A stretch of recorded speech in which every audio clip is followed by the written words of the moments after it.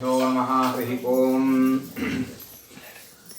जन्माद्यस्य यतोन्मयादितरतश्चार्थेष्वभिज्ञस्वराट् तेने ब्रह्महृदायादिकवये मुह्यन्ति यं सूरयः तेजो वारिमृदां यथा विनिमयो यत्र त्रिसर्गो मृषा धाम्ना स्वेन सदा निरस्तकुहकं सत्यं परं धीमहि अस्मद्गुरुसमारम्भां टीकाकृत्पादमध्यमां श्रीमदाचार्यपर्यन्तां वन्दे गुरुपरम्परां श्रीगुरुभ्यो नमः हरि ओम ಏಕಾದಶ ಸ್ಕಂದ ಬಹಳ ಕಠಿಣವಾದಂತಹ ಭಾಗ. ದಶಮ ಸ್ಕಂದ ಕೃಷ್ಣನ ಲೀಲೆಗಳ ಚರಿತ್ರೆ ಆಗಿದ್ರೆ ಇದು ಕೃಷ್ಣ ಉಪದೇಶ ಮಾಡಿದಂತಹ ಭಾಗ. ಇದು ಏಕಾದಶ ಸ್ಕಂದ. ಇದರ ಪ್ರಾರಂಭದಲ್ಲಿ ಏಕಾದಶ ಸ್ಕಂದದ ಪ್ರಾರಂಭದಲ್ಲಿ ಬ್ರಾಹ್ಮಣರ ಶಾಪ ಆಯಿತು ಯಾದವರಿಗೆಲ್ಲ ಅಂತ ವಾರ್ತೆ ಬರ್ತದೆ. ಪರೀಕ್ಷಿನ್ ಮಹಾರಾಜ ಕೇಳ್ತಾನೆ, ವಿಪ್ರಶಾಪ ಕಥಮಭೂತ್ ವೃಷ್ಣೀನಾಂ ಕೃಷ್ಣಚೇತಸಾಂ. ವೃಷ್ಣಿಗಳು ಯಾದವರು ದೇವರಲ್ಲೇ ಮನಸ್ಸಿಟ್ಟವರು, ಬ್ರಾಹ್ಮಣರನ್ನ ಅತ್ಯಂತ ಗೌರವದಿಂದ ಕಾಣುವವರು. ಇವರಿಗೆ ಬ್ರಾಹ್ಮಣರ ಶಾಪ ಯಾಕಾಯಿತು ಅಂತ ಕೇಳಿದ್ದಕ್ಕೆ ಕಥೆಯನ್ನು ಹೇಳ್ತಾ, ಪಿಂಡಾರಕ ಕ್ಷೇತ್ರಕ್ಕೆ ಎಲ್ಲ ಯಾದವರು ಹೋಗಿರ್ತಾರೆ. ಅಲ್ಲಿ ದೊಡ್ಡ ದೊಡ್ಡ ಋಷಿಮುನಿಗಳೆಲ್ಲ ಬಂದಿದ್ದಾರೆ. ವಿಶ್ವಾಮಿತ್ರ, ಆರುಣಿ, ಕಾಂಡ್ವ, ದುರ್ವಾಸರು, ಹೀಗೆ ಅನೇಕ ಜನರ ಪಟ್ಟಿಯನ್ನು ಕೊಡ್ತಾರೆ. ಅವರೆಲ್ಲ ಬಂದಿದ್ದಾರೆ. ಆಟ ಆಡುವಾಗ ಕೃಷ್ಣನ ಅನೇಕ ಜನ ಮಕ್ಕಳು ಇವರನ್ನೆಲ್ಲರೂ ಜ್ಞಾನಿಗಳು ಅಂತ ಕರೀತಾರೆ. ನಿಜವಾಗಿ ಜ್ಞಾನ ಎಷ್ಟಿದೆ ಅಂತ ಪರೀಕ್ಷೆ ಮಾಡಬೇಕು ಅಂತ ಹೋದ್ರು. ಜಾಂಬವತಿಯ ಮಗ, ಜಾಂಬವತಿಯಲ್ಲಿ ಕೃಷ್ಣನಿಂದ ಹುಟ್ಟಿದ ಮಗ ಸಾಂಬ ಅಂತ ನೋಡ್ಲಿಕ್ಕೆ ಬಹಳ ಚಲುವ. ಅವನಿಗೆ ಹೆಣ್ಣು ವೇಷ ಹಾಕಿದ್ರು, ಕರ್ಕೊಂಡು ಹೋದ್ರು ಈ ಜ್ಞಾನಿಗಳ ಮುಂದೆ. ಇವಳು ಬಸರಿ ಇದ್ದಾಳೆ, ಗಂಡಾಗ್ತದೋ ಹೆಣ್ಣಾಗ್ತದೋ ಹೇಳ್ರಿ ಅಂತ ಕೇಳಿದರು. ಆಗ ಬ್ರಾಹ್ಮಣರು ತಮ್ಮ ಜ್ಞಾನ ದೃಷ್ಟಿಯಿಂದ ಕಂಡು ಅವರು ಹೇಳ್ತಾರೆ, ಮುಸಲ ಇವಳ ಹೊಟ್ಟೆಯಿಂದ ಹುಟ್ಟುತ್ತದೆ, ಅದರಿಂದ ನೀವೆಲ್ಲರೂ ಸಾಯುತ್ತೀರಿ ಅಂತ ಹೇಳ್ತಾರೆ. ಸೀರೆ ಉಡಿಸುವಾಗೇನು ಮುಸಲವನ್ನು ಇಟ್ಟಿರ್ಲಿಲ್ಲ, ವನಿಕೆಯನ್ನು ಇಟ್ಟಿರ್ಲಿಲ್ಲ. ಹಾಗೆ ಸೀರೆ ಉಡಿಸಿದ್ರು. ಆದರೆ ಸೀರೆ ಬಿಚ್ಚುವಾಗ ವನಿಕೆ ಬಂದ್ಬಿಡ್ತು. ಹೆದರಿಕೆ ಆಯ್ತು ಇವರಿಗೆಲ್ಲ. ಬ್ರಾಹ್ಮಣರು ಹೇಳಿದ ಮಾತು ಸತ್ಯ ಆಯಿತು ಅಂತ ಏನೋ ಮಾಡಿ ಅದನ್ನು ಪುಡಿ ಮಾಡಿ ಕುಟ್ಟಿ ಅದನ್ನ ಸಮುದ್ರದ ಒಳಗೆ ಚೆಲ್ತಾರೆ. ನೋಡ್ರಿ, ದೇವರ ಸಂಕಲ್ಪ. ದೇವರು ಏನ್ ಬೇಕಾದ್ರೂ ಮಾಡ್ಬೋದು. ಅಶ್ವತ್ಥಾಮಾಚಾರಂತಹ ಅಶ್ವತ್ಥಾಮಾಚಾರು ರುದ್ರದೇವರ ಅವತಾರ. ನಾನು ಪರೀಕ್ಷಿನ್ ಮಹಾರಾಜನನ್ನು ಉತ್ತರಾದೇವಿಯ ಗರ್ಭದಲ್ಲಿ ಇರುವ ಮಗುವನ್ನು ಕೊಲ್ತೇನೆ ಅಂತಂದ್ರೆ ರುದ್ರದೇವರಿಗೂ ನೀನು ಕೊಲ್ಲಿಕ್ಕೆ ಆಗೋದಿಲ್ಲ, ನಾ ಮಾಡಿ ತೋರಿಸ್ತೀನಿ ಅಂತ ಅಲ್ಲಿಂದು ರಕ್ಷಣೆ ಮಾಡಿದ ಪರಮಾತ್ಮ. ಈಗ ಮಾತ್ರ ಅವನು ರಕ್ಷಣೆ ಮಾಡ್ಲಿಕ್ಕೆ ಹೋಗ್ಲಿಲ್ಲ. ಬ್ರಾಹ್ಮಣರ ಶಾಪ ಸತ್ಯ ಆಗುವಂತೆ ಪರಮಾತ್ಮ ಅದನ್ನ ಸಂಕಲ್ಪ ಮಾಡುತ್ತಾನೆ. ಇದನ್ನು ಪುಡಿ ಪುಟ್ಟಿ ಮಾಡಿ ಹಾಕಿದರೂ ಕೂಡ ಅದು ಹೋಗಿ ಆ ಸಮುದ್ರದ ದಂಡೆಗೆ ಹುಲ್ಲಾಗಿ ಬೆಳೆದು ನಿಲ್ತದೆ. ಅದರಿಂದಲೇ ಇವರ ಸಂಹಾರ ಮುಂದೆ ಆಗ್ತದೆ ಅಂತ ಅನ್ನೋದನ್ನ ಹೇಳ್ತಾರೆ. ಕರ್ತುಂ ನೈಚ್ಛದ್ ವಿಪ್ರಶಾಪಂ ಕಾಲರೂಪ್ಯನು ಅನ್ವಮೋದತ. ಕಾಲರೂಪಿಯಾದಂತಹ ಭಗವಂತ ಅದನ್ನು ಅನುಮೋದನೆ ಮಾಡಿದ್ದಾನೆ, ಬ್ರಾಹ್ಮಣರ ಶಾಪವನ್ನ ಅನುಮೋದನೆ ಮಾಡಿದ್ದಾರೆ ಅಂತ ಹೀಗೆ 1ನೇ ಅಧ್ಯಾಯದಲ್ಲಿ ಅದರ ಶಾಪದ ವಿಷಯವನ್ನು ತಿಳಿಸಿಕೊಟ್ಟಿದ್ದಾರೆ. ಮುಂದಿನ ಭಾಗದಲ್ಲಿ ಹೇಳುವಾಗ ನಾರದ ಋಷಿಗಳು ದ್ವಾರಕಾದಲ್ಲೇ ವಾಸವನ್ನು ಮಾಡ್ತಾ ಇದ್ದಾರೆ. ಭಗವಂತನ ಮೇಲೆ ಬಹಳ ಅವರಿಗೆ ಭಕ್ತಿ ಇದೆ ಅಂತ ಹೇಳಿ ಆಗ ನಾರದರಿಗೂ ಹಾಗೂ ವಸುದೇವನಿಗೂ ಭೇಟಿಯಾಗಿದೆ. ಅವರಿಬ್ಬರ ಸಂವಾದದಲ್ಲಿ ನಾನಾ ವಿಧವಾದಂತಹ ತತ್ವಜ್ಞಾನದ ಉಪದೇಶಗಳನ್ನ ನಾರದರು ವಸುದೇವನಿಗೆ ಮಾಡುತ್ತಾ ಇದ್ದಾರೆ. ಋಷಭನಾಮಕ ಪರಮಾತ್ಮನಿಗೆ 100 ಜನ ಮಕ್ಕಳು, ಭರತ ಅವರಲ್ಲಿ ಶ್ರೇಷ್ಠ. ಆಮೇಲೆ ಉಳಿದ 81 ಜನ ಅವರೆಲ್ಲರೂ ಕೂಡ ಗೃಹಸ್ಥಾಶ್ರಮದಲ್ಲಿ ಇದ್ದವರು. 9 ಜನ ಮಾತ್ರ ಅವರು ಸನ್ಯಾಸವನ್ನ ಸ್ವೀಕಾರ ಮಾಡಿದವರು. ಕವಿ, ಹರಿ, ಅಂತರಿಕ್ಷ, ಪ್ರಬುದ್ಧ, ಪಿಪ್ಪಲಾಯನ ಅಂತ ಹೀಗೆ ಅನೇಕ ಜನ ಸನ್ಯಾಸವನ್ನ ಸ್ವೀಕಾರ ಮಾಡಿದಂತಹ ಮಹಾಜ್ಞಾನಿಗಳು. ಆ ಜ್ಞಾನಿಗಳಿಗೂ ನಿಮಿರಾಜನಿಗೂ ಆದಂತಹ ಸಂವಾದವನ್ನ ನಿನಗೆ ತಿಳಿಸಿಕೊಡುತ್ತೇನೆ. ಅದರಲ್ಲಿ ಸಾಕಷ್ಟು ತತ್ವಜ್ಞಾನ ಇದೆ ಅಂತ ಹೇಳಿದ್ದಾರೆ. ವಿದೇಹರಾಜ ಅದುರ್ಲಭೋ ಮಾನುಷೋ ದೇಹ ದೇಹಿನಾಂ ಕ್ಷಣಭಂಗುರಃ. ಮನುಷ್ಯ ಜನ್ಮ ಸಿಗೋದೇ ಬಹಳ ದುರ್ಲಭವಾದದ್ದು, ಅದು ಸಿಕ್ಕಾಗ ಅದನ್ನು ಸಾರ್ಥಕ ಮಾಡಿಕೊಳ್ಳಬೇಕು ಇತ್ಯಾದಿ ಮಾತುಗಳನ್ನು ಹೇಳಿ ಕವಿ ಅಂತನ್ನುವ ಜ್ಞಾನಿಗಳಿಗೆ ಉಪದೇಶ ಮಾಡ್ರಿ ಅಂತ ಕೇಳಿದಾಗ, ಮನ್ನೆ ಕುತಶ್ಚಿತ್ ಭಯಮಚ್ಯುತಸ್ಯ ಪಾದಾಂಬುಜೋಪಾಸನ ಮಾತ್ರ ನಿತ್ಯಂ ಉದ್ವಿಗ್ನ ಬುದ್ಧೇರ ಸದಾತ್ಮ ಭಾವಾತ್ ವಿಶ್ವಾತ್ಮನ ಯತ್ರ ನಿವರ್ತತೆ ಭೀಹಿ.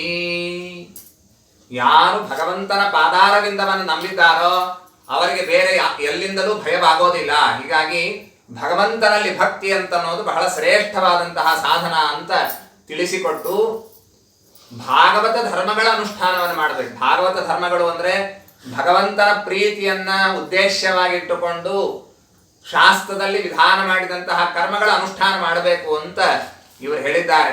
ಈ ಭಾಗವತ ಧರ್ಮ ಎಂಥದ್ದು ಅಂದ್ರೆ ಧಾವನ್ಯುನ್ಮೀಲ್ಯವಾನೇತ್ರೆ ನಸ್ಥಲೇನ್ನ ಪತೇದಿಹ.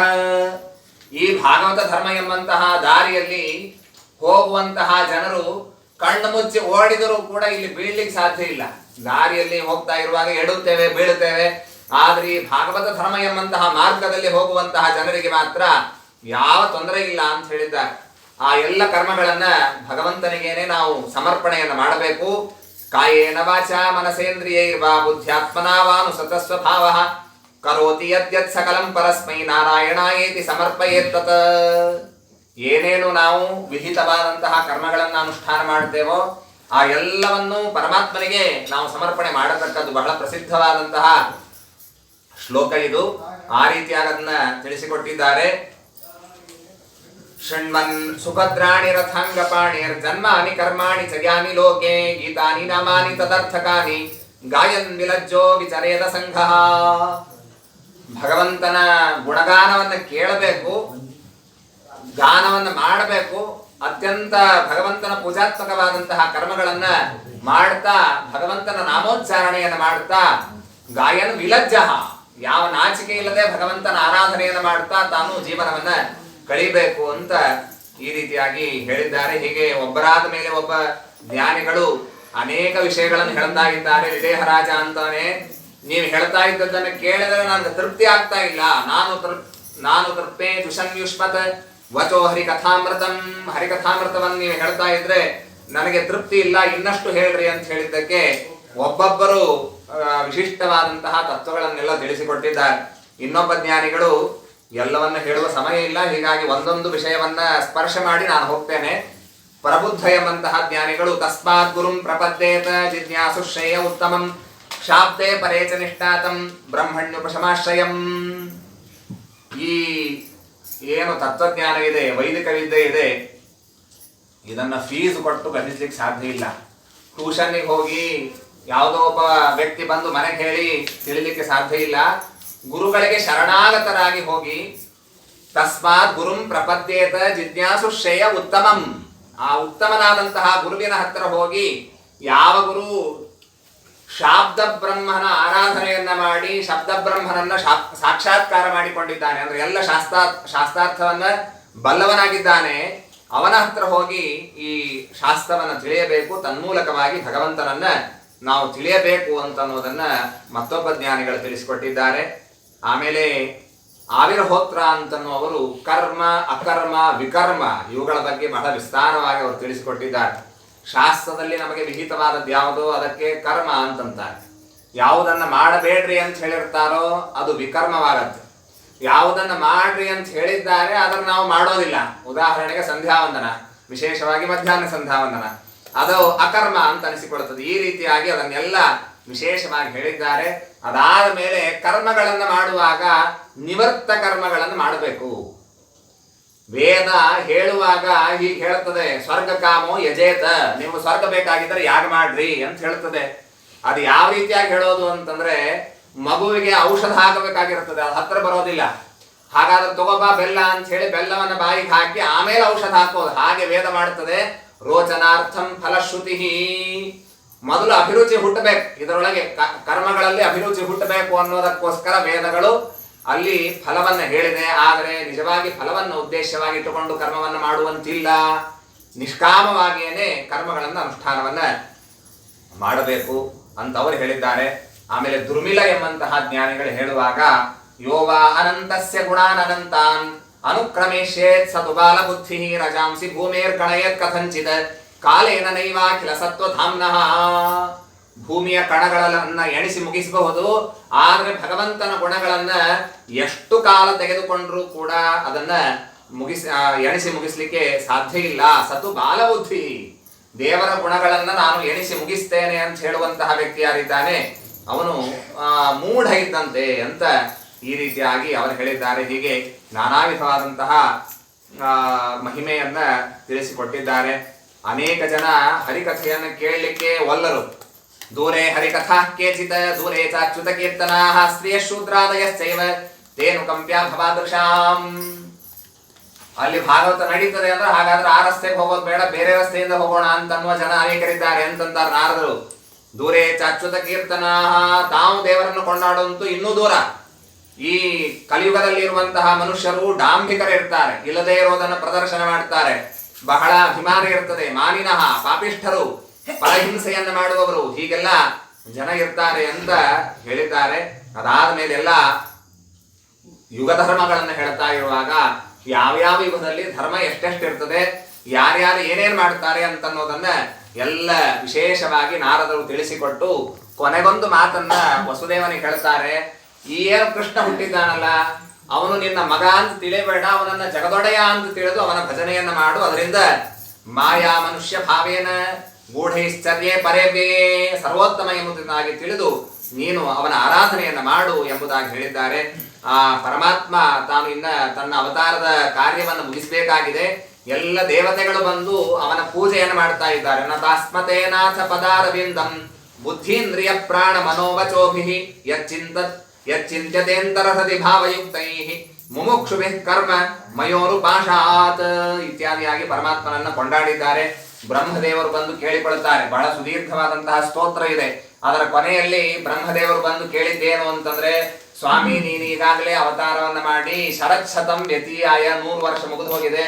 ಅದರ ಮೇಲೆ ಮತ್ತು 25 ಋತುಗಳು ಮುಗಿದಿದೆ. 25 ಋತುಗಳು ಅಂದ್ರೆ 1 ವರ್ಷಕ್ಕೆ 6 ಋತುಗಳು. ಆ ಲೆಕ್ಕದಲ್ಲಿ ಕೃಷ್ಣ ಪರಮಾತ್ಮನಿಗೆ ಈಗ ಆಯುಷ್ಯ ಎಷ್ಟು ಅಂದ್ರೆ 104 ವರ್ಷ 2 ತಿಂಗಳಾಗಿದೆ. ಈ ಪ್ರಶ್ನೆಯನ್ನ ನಾವು 1ನೇ ಸ್ಕಂದವನ್ನ ನೆನಪಿಟ್ಟಿದ್ರೆ ಅಲ್ಲಿ ಪರೀಕ್ಷಿತ್ ಮಹಾರಾಜ ಕೇಳುವಾಗ ಈ ಪ್ರಶ್ನೆಯನ್ನು ಮಾಡಿದ್ದಾನೆ. ಕೃಷ್ಣ ಪರಮಾತ್ಮ ಅವತಾರ ಮಾಡಿ ಭೂಮಿಯಲ್ಲಿ ಎಷ್ಟು ವರ್ಷ ಇದ್ದ? 104 ವರ್ಷ 2 ತಿಂಗಳಾಗಿದೆ ಸ್ವಾಮಿ. ಹೀಗಾಗಿ ನೀನು ನಮ್ಮ ಲೋಕಕ್ಕೆ ಬರಬೇಕು. ಭೂಮಿಯ ಭಾರವನ್ನ ನೀನು ಕಳೆದು ಹಾಕಿದ್ದಿ, ಭೂಮಿ ಭಾರ ಕಡಿಮೆ ಆಗಿದೆ. ಯಾಸ್ಯಾಮಿ ಭವನಂ ಬ್ರಹ್ಮನ್ ಏತದಂತೆ ತವಾನಘ, ಅವಶ್ಯವಾಗಿ ನಾನು ಬರ್ತೇನೆ ಅಂತ ಹೇಳಿದ್ದಾನೆ ಪರಮಾತ್ಮ. ಆದ್ರೆ ಒಂದು ಕೊನೆಯ ಕೆಲಸ ಇದೆ. ಏನು ಅಂದ್ರೆ, ಈಗ ಯಾದವ ಕುಲವೇ ಭೂಮಿಗೆ ಭಾರ ಆಗಿದೆ. ಯಾಕೆ ಅಂದ್ರೆ ಮುಂದೆ ಕಲಿಯುಗ ಬರಬೇಕಾಗಿದೆ. ಕಲಿಯುಗ ಬರಬೇಕು ಅಂದ್ರೆ ಇಂಥ ಧಾರ್ಮಿಕರಿದ್ರು ಅಂದ್ರೆ ಕಲಿಯ ಪ್ರಭಾವನೆ ಆಗೋದಿಲ್ಲ. ಹೀಗಾಗಿ ಇವರು ಭಾರನೇ, ಇವರನ್ನ ಕಳಿಸಿ ನಾನು ಬರ್ತೇನೆ ಅಂತ ಹೇಳಿದ್ದಾನೆ ಪರಮಾತ್ಮ. ಆಗ ಪ್ರಭಾಸಕ್ಕೆ ಕರ್ಕೊಂಡು ಹೋಗೋಣ ಅಂತ ಎಲ್ಲ ಯಾದವರಿಗೆ ಪರಮಾತ್ಮ ಹೇಳಿದ್ದಾನೆ. ಇಲ್ಲಿ ಇರೋದು ಬೇಡ, ಪ್ರಭಾಸಕ್ಕೆ ಹೋಗೋಣ ಅಂತ. ಒಂದು ಶಾಸ್ತ್ರದ ರಹಸ್ಯ ಏನು ಅಂತಂದ್ರೆ, ನಾವು ಕ್ಷೇತ್ರದಲ್ಲಿ ಇದ್ರೂ ಕೂಡ ಪ್ರಾಣ ಬಿಡುವಾಗ ಆ ಕ್ಷೇತ್ರದಲ್ಲಿ ಬಿಟ್ರೆ ಅದಕ್ಕೆ ಬೆಲೆ ಇಲ್ಲ, ಅದಕ್ಕೆ ಹೆಚ್ಚಿನ ಪುಣ್ಯ ಇಲ್ಲ. ಇನ್ನೊಂದು ಕ್ಷೇತ್ರಕ್ಕೆ ಹೋಗಿ ದೇಹವನ್ನು ಬಿಡಬೇಕು ಅಂತ ಹೇಳಿ ಪರಮಾತ್ಮ ಇವರನ್ನೆಲ್ಲರನ್ನು ಪ್ರಭಾಸ ಕ್ಷೇತ್ರಕ್ಕೆ ಕರೆದುಕೊಂಡು ಹೋಗ್ತಾ ಇದ್ದಾನೆ. ಈ ಸುದ್ದಿ ಬೃಹಸ್ಪತ್ಯಾಚಾರ್ಯರ ಅವತಾರವಾದಂತಹ ಉದ್ಧವನ ಕಿವಿಗೆ ಬಿತ್ತು. ಉದ್ಧವ ಅಂದ್ರೆ ಏನಂತ ತಿಳಿದಿದ್ದೀರಿ? ಭಗವಂತ ಅಂದ್ರೆ ಎಲ್ಲಿಲ್ಲದ ಭಕ್ತಿ ಉದ್ಧವನಿಗೆ. ಹೀಗಾಗಿ ಅವನು ಬರ್ತಾನೆ. ನೂನಂ ಲೋಕಂ ಸಂತ್ಯಕ್ಷತೆ ಭವಾನ್, ನೀನು ಲೋಕವನ್ನು ಬಿಡ್ತಾ ಇದ್ದೀ ಅಂತನೋ ನನಗೆ ಗೊತ್ತಾಗಿದೆ ಸ್ವಾಮಿ, ಹಾಗೆ ಮಾಡಬೇಡ, ನನ್ನನ್ನು ಕರೆದುಕೊಂಡು ಹೋಗು, ನಿನ್ ಜೊತೆಗೆ ನಾನು ಬರ್ತೀನಿ ಅಂತ ಉದ್ಧವ. ಉದ್ಧವನ ಕಥೆಯನ್ನು ನೀವು ಹಿಂದೆ ಕೇಳಿರಬಹುದು. 5 ಯಃಪಂಚಾಹ ಏನೋ ಮಾತ್ರ ಪ್ರಾತನಾಶಾಯಿ ಯಾಚಿತಃ, 5 ವರ್ಷದ ಹುಡುಗನಿದ್ದಂತೆ. ಆಟ ಆಡೋದು, ಏನ್ ಆಟ ಆಡೋದು? ದೇವರ ಪೂಜೆ ಆಟನೇ ಆಡ್ತಿದ್ದ ಅವನು. ತಾಯಿ ಕರೆದ್ಲಂತೆ, ಬಾರೋ ತಿಂಡಿ ತಿನ್ನೋ ಹೊತ್ತಾಗಿದೆ ಅಂತಂದ್ರೆ ಅವನು ಹೇಳಿದಂತೆ, ನಾನು ಇನ್ನೂ ದೇವರ ಪೂಜೆ ಆಗಿಲ್ಲ, ನಾನು ಊಟಕ್ಕೆ ತಿನ್ಲಿಕ್ಕೆ ಬರೋದಿಲ್ಲ ಅಂತ ಹೇಳಿದಂತೆ. ಆ ವಿಧವಾದಂತಹ ಭಗವದ್ಭಕ್ತಿ ಅವನಿಗೆ ಬಂದು ಅಳ್ತಾ ಇದ್ದಾನೆ. ತ್ವಯೋಪಭುಕ್ತ ಸ್ರಗ್ಗಂಧ ವಾಸೋಲಂಕಾರ ಚರ್ಚಿತಾ ಉಚ್ಛಿಷ್ಟ ಭೋಜಿನೋ ದಾಸಾಹ ತವ ಮಾಯಾಂ ಜಯೇಮಹಿ. ಸ್ವಾಮಿ, ನಾವು ಉದ್ಧಾರ ಆಗ್ಲಿಕ್ಕೆ ಬಹಳೆಲ್ಲ ಬೇಕಾಗಿಲ್ಲ. ಉಚ್ಛಿಷ್ಟ ಭೋಜಿನ, ನೀನು ಉಂಡ ಎಂಜಲವನ್ನು ಉಂಡು ನಿನಗೆ ಅರ್ಪಿತವಾದ ಗಂಧವನ್ನು ಮೈಗೆ ಹಚ್ಚಿಕೊಂಡು ನಿನಗೆ ಏರಿಸಿದ ಹೂವೋ ತುಳಸಿಯೋ ಅದನ್ನ ನಮ್ಮ ತಲೆಯ ಮೇಲೆ ಧಾರಣೆ ಮಾಡಿದರೆ ಸಾಕು, ನಮ್ಮ ಮೋಕ್ಷ ಆಗ್ತದೆ. ನೋಡ್ರಿ ಎಷ್ಟು ಸುಲಭ ಇದೆ ಶಾಸ್ತ್ರ. ಭಗವದ್ಭಕ್ತಿ ಒಂದಿದ್ರೆ ಎಲ್ಲ ಸಾಧನಗಳು ಸುಲಭ. ದೇವರು ಎಂಜಲ ಉಂಡು ಕೂಡ ನಾವು ಮೋಕ್ಷಕ್ಕೆ ಹೋಗ್ಲಿಕ್ಕೆ ಸಾಧ್ಯ ಇದೆ. ಬೇರೆಯವರ ಸಿದ್ಧಾಂತದಲ್ಲಿ ಊಟ ಬರೀ ಊಟ, ಆದ್ರೆ ಶ್ರೀಮದಾಚಾರ್ಯರ ಸಿದ್ಧಾಂತದೊಳಗೆ ಮಾಡುವ ಊಟ ಅದೇ. ಆದ್ರೆ ಇದೊಂದು ಭಗವಂತನ ಪೂಜೆ ಅಂತ ಅನುಸಂಧಾನ ಮಾಡಿದ್ರೆ ಅದೊಂದು ವೈಶ್ವಾನರ ಯಜ್ಞ ಆಗ್ತದೆ. ನಮ್ಮ ಮೋಕ್ಷಕ್ಕೆ ಅದು ಕೂಡ ಸೋಪಾನ ಆಗ್ತದೆ. ಏನು ಅನುಸಂಧಾನ ಮಾಡದೆ ದೇವರ ದಯೆ, ಎಷ್ಟೋ ಜನ ಉಪವಾಸವಾಗಿ ಬಿದ್ದು ಒದ್ದಾಡ್ತಾ ಇದ್ದಾರೆ ಜಗತ್ತಿನಲ್ಲಿ. ಇವತ್ತು ಪರಮಾತ್ಮ ಇಷ್ಟು ಅದ್ಭುತವಾದ ಊಟವನ್ನು ಕೊಟ್ಟಿದ್ದಾನೆ. ಇದೊಂದು ವೈಶ್ವಾನರ ಯಜ್ಞ ಎಂಬುದಾಗಿ ಭಗವಂತನ ನೆನೆಸಿ ಉಂಡರೆ ಆ ಭೋಜನವೂ ಕೂಡ ನಮಗೆ ಮೋಕ್ಷಕ್ಕೆ ಸಾಧನವಾಗ್ತದೆ ಅಂತ ಅನ್ನೋದನ್ನ ಉದ್ಧವ ಇಲ್ಲಿ ತಿಳಿಸಿಕೊಡ್ತಾ ಇದ್ದಾನೆ.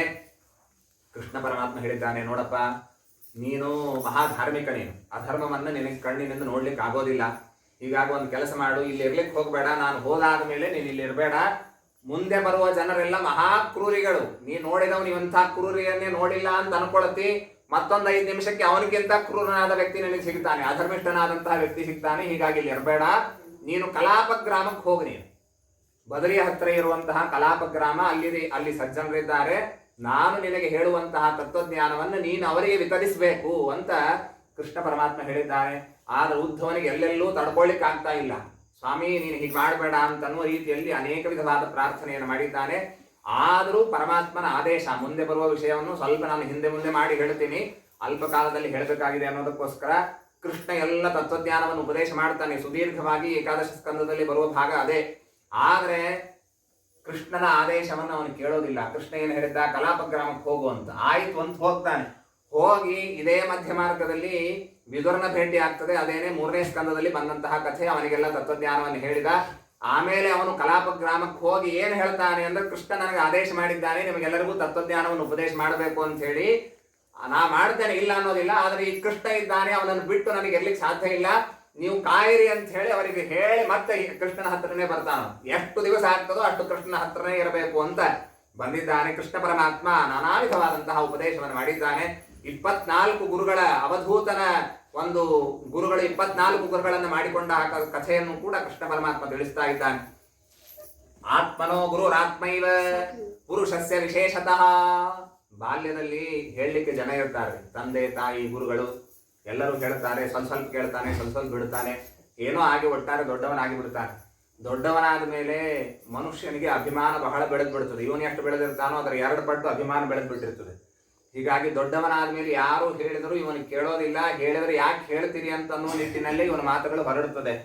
ಹೀಗಾಗಿ ಅಂಥ ಅವಸ್ಥೆ ಬಂದಾದ ಮೇಲೆ ಮನುಷ್ಯನಿಗೆ ಗುರುಗಳು ಯಾರು ಅಂತಂದ್ರೆ, ಆತ್ಮನೋ ಗುರುರಾತ್ಮೈವ. ವಿವೇಕ ತಾನೇ ತಂದುಕೊಳ್ಬೇಕು, ತನಗೆ ತಾನೇ ನಿಯಮವನ್ನು ಮಾಡಿಕೊಳ್ಬೇಕು. ಯಾರು 5 ಗಂಟೆಗೆ ಎಬ್ಸೋರು ಇರುವುದಿಲ್ಲ, ನಾವು ಹಠ ಮಾಡಿ ಹೇಳ್ಬೇಕಷ್ಟೆ. ಯಾರು ಶಾಸ್ತ್ರ ಓದು ಅಂತ ಹೇಳೋರು ಇರೋದಿಲ್ಲ. ಬಹಳ ಅಂದ್ರೆ ತಂದೆ ತಾಯಿಗಳೇನ್ ಮಾಡ್ತಾರೆ, ತಾಯಿಗೆ ಬಹಳ ಪ್ರೀತಿ ಇರ್ತದೆ, ಮಗ 40 ವರ್ಷದವನಾದ್ರೂ 50 ವರ್ಷದವನಾದ್ರೂ ಉಂಡ್ಯೋ ಬಿಟ್ಟ್ಯೋ ಇದನ್ನ ಕೇಳ್ತಾಳೆ ಹೊರತು ತಾಯಿ ನೀನು ತತ್ವಜ್ಞಾನ ಪಡೆದಿಯೋ ಬಿಟ್ಟ್ಯೋ ಇದನ್ನು ಕೇಳೋದಿಲ್ಲ ಅವಳು. ಹೀಗಾಗಿ ತಾನು ತನ್ನನ್ನ ನೋಡಿಕೊಳ್ಬೇಕು, ತನ್ನ ರಕ್ಷಣೆಯನ್ನ ತಾನೇ ಮಾಡಿಕೊಳ್ಬೇಕು, ತನಗೆ ತಾನೇ ನಿಯಮಗಳನ್ನು ಹಾಕಿಕೊಳ್ಬೇಕು. ಪಾಶ್ಚಾತ್ಯದಲ್ಲಿ ಒಬ್ಬ ತತ್ವಜ್ಞಾನಿ, ಅವನ ಹೆಸರು ಪ್ರಾಯಶಃ ಥೋರೋ ಅಂತ. ಅವನ ಒಂದು ಫಿಲಾಸಫಿ ಇದೆ, ಏನು ಅಂತಂದ್ರೆ ಟ್ರಾನ್ಸೆಂಡೆಂಟಲ್ ಫಿಲಾಸಫಿ ಅಂತ. ಅವನು ಏನ್ ಮಾಡ್ತಿದ್ದ ಅಂತಂದ್ರೆ, ತನ್ನ ಕೊರಳಿನಲ್ಲಿ ಆ ಮುಳ್ಳಿನ ಹಾರವನ್ನು ಹಾಕೊಂಡಿರ್ತಿದ್ದಂತೆ.